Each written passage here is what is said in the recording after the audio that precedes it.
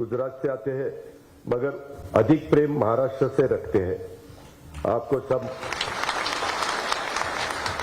अरे उनका कारण तो सुनो। कारण आप सभी को पता है कि वो महाराष्ट्र के दामाद है और मानो या न मानो हर दामाद जी को ससुराल से थोड़ा ज्यादा प्रेम हो ही जाता है।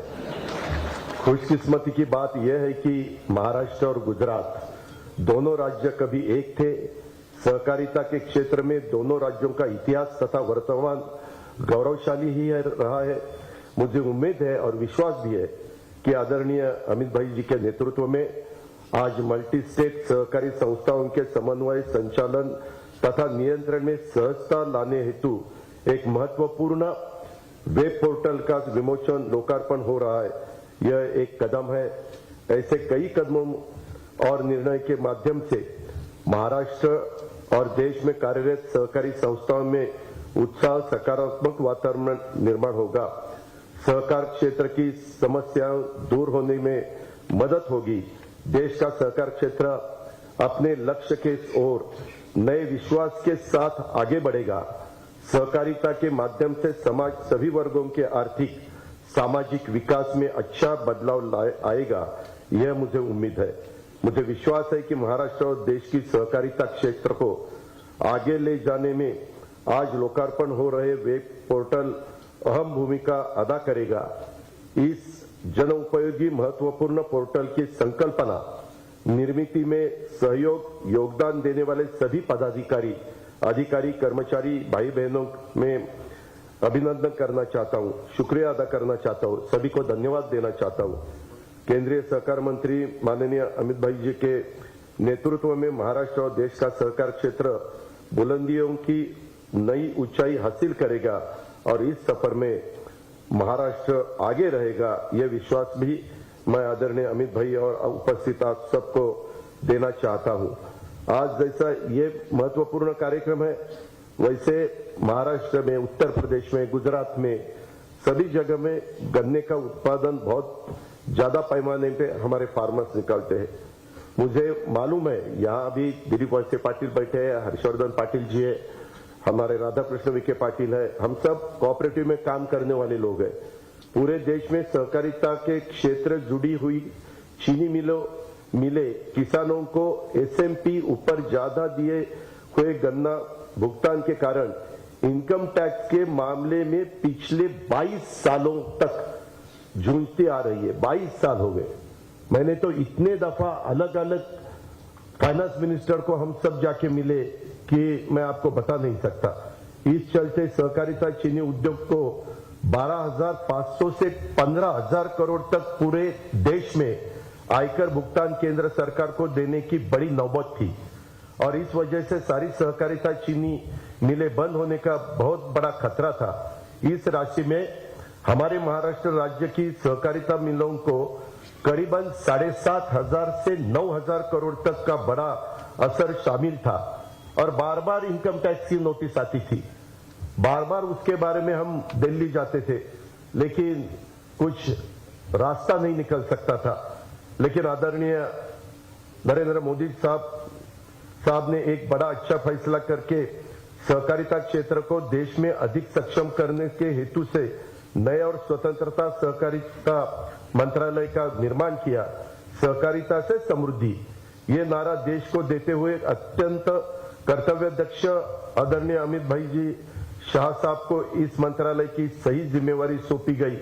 मुझे आज सबको ये जानकारी देते हुए खुशी हुई जब सहकारिता चीनी उद्योग का प्रतिनिधि मंडल इनकम टैक्स की इस समस्या को हल करने के लिए हेतु से आदरणीय अमित भाई जी को मिलने के लिए उन्होंने इस मंडल को आश्वस्त किया कि गन्ना किसानों और सहकारिता चीनी मिलों के हित में जरूर हल निकालेंगे।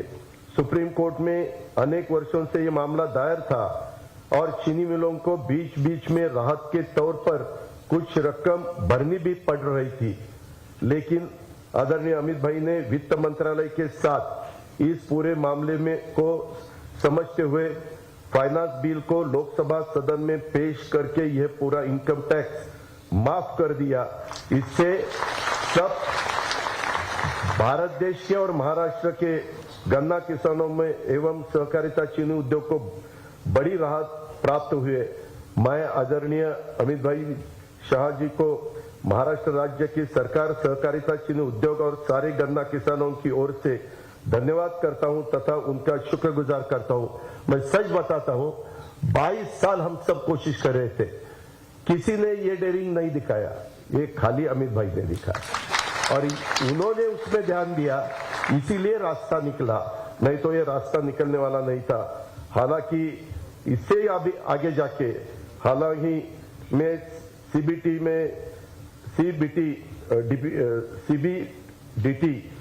ने इस इनकम टैक्स के मामले में एक एसओपी, स्टैंडर्ड ऑपरेटिंग प्रोसीजर जारी की है।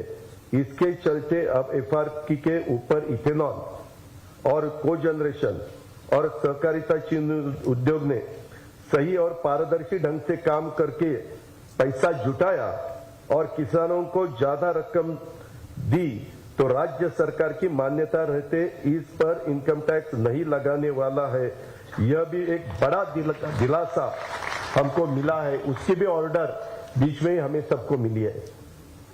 मी आपल्याला सगळ्यांना सांगू इच्छितो की मी एका कारखान्याचं नेतृत्व करतो, तिथं एफआरपी मिळालेली आहे 2850 रुपये आणि आता तिथं मी काल फायनल तिथला भाव बघितला 3350 रुपये भाव निघालेला। आता मी कमिशनरकडे जाणार, कमिशनरला सांगणार की एफआरपी पेक्षा 500 रुपये टनाला त्या शेतकऱ्यांना जास्त मिळत आहे, त्याला इन्कम टॅक्स बसला असता, परंतु फक्त आणि फक्त केंद्रीय मंत्री आदरणीय अमित भाईंनी हा निर्णय घेतल्यामुळे महाराष्ट्रातल्या किसानांना, देशातल्या किसानांना मदत झालेली आहे। जे चांगलं आहे ते चांगलंच आहे। मी आपल्याला सगळ्यांना सांगू इच्छितो की काही लोकांना कधी कधी प्रश्न पडतो, अजित पवारांनी असा का निर्णय घेतला। हे करण्याचं धाडस फक्त नरेंद्र मोदी साहेबांच्या आणि अमित शहांच्या मध्ये आहे। ते तुमच्या माझ्या देशाला नेतृत्व देऊ शकतात। आज स्वतः प्राईम मिनिस्टरांनी आपल्या देशातल्या जवळपास 25,000 कोटीचं 2025 पर्यंत 508 रेल्वे स्टेशन उत्तम करण्याचा निर्णय घेतला आणि पहिल्या टप्प्यामध्ये 13,539 करोड रुपये 23-24च्या बजेटमध्ये अलोकेशन केलंय। त्याच्यात 126 संपूर्ण देशातली रेल्वे स्टेशन आहेत आणि एकट्या महाराष्ट्रातले 44 रेल्वे स्टेशन त्याच्यामध्ये, आणि त्यामध्ये आपलं आकुर्डी आहे, त्याच्यामध्ये आपलं दौंड आहे म्हणजे पुणे जिल्ह्यातलं, आणि माझ्या माहितीप्रमाणे वडगाव मावळ आहे आणि महाराष्ट्रातले इतर आहे। ह्याच्या आधीच्या काळामध्ये अशा प्रकारचं धाडस कोणी दाखवलं नव्हतं। आपल्या महाराष्ट्रामध्ये आता इन्फ्रास्ट्रक्चरच्या बाबतीमध्ये गव्हर्नमेंट ऑफ इंडियाच्याकडनं 80,000 कोटीची कामं चालू आहेत, 80,000 कोटीची। मग ते नॅशनल हायवे असतील, ते एअरपोर्ट असतील, ते वेगवेगळ्या प्रकारचे पोर्ट असतील, ते वेगवेगळ्या प्रकारचे महत्वाच्या हे असे रेल्वे स्टेशन असतील, अशा प्रकारचं काम आज देशामध्ये जर अनेक लीडर आपण बघितले तर ते फक्त आणि फक्त नरेंद्र मोदी साहेबच करू शकतात। आणि त्यामुळे माझ्यासारख्या कार्यकर्त्याला वाटलं की अशा नेत्याच्या पाठीशीच आपण उभं राहिलं पाहिजे आणि त्याच्यातून तुमच्या माझ्या शाहू फुले आंबेडकरांच्या महाराष्ट्राचा, छत्रपती शिवाजी महाराजांच्या महाराष्ट्राचा, देशाचा तर विकास ते करतायतच। कधी सुट्टी नाही, काही नाही, दिवाळी नाही, दिवाळीला नरेंद्र मोदी साहेब तिकडं बॉर्डरवर जाऊन जवानांना भेटतात। गेल्या 9 वर्षामध्ये ज्या प्राईम मिनिस्टरनी कसल्याही प्रकारची सुट्टी घेतली नाही, अशा प्रकारचे प्राईम मिनिस्टर मी मागच्या कुठल्या प्राईम मिनिस्टरच्या बद्दल अपमान करणारे शब्द वापरणार नाही, परंतु हे फक्त आणि फक्त नरेंद्र मोदी साहेबच करू शकतात। आज देशाला त्यांच्याशिवाय पर्याय नाही। जगामध्ये मान्य झालेलं ते नेतृत्व आहे आणि आज अमित भाई देखील तितक्याच तडफेने काम करतात। मला देखील एखादं काम त्यांना सांगितल्यानंतर ताबडतोब त्याचा निकाल लागतो। आज देखील मी मुख्यमंत्री आणि देवेंद्र फडणवीस साहेब 1 तास त्यांच्याशी चर्चा करत होतो। आम्ही मेट्रोच्या बद्दलचं काम त्यांच्या कानावर घातलं। आम्ही त्याच्याच बरोबर त्या ठिकाणी अपना Pune Nashik semi high speed rail line के बारे में उनके साथ हमने बात की। उन्होंने बताया उसके बारे में ठीक से निवेदन मेरे पास भेज देना। ये दोनों भी काम मैं महाराष्ट्र के लिए करने के लिए तैयार हूं। ऐसा पॉजिटिव अप्रोच उनका रहता है, इसीलिए हम बहुत खुश है।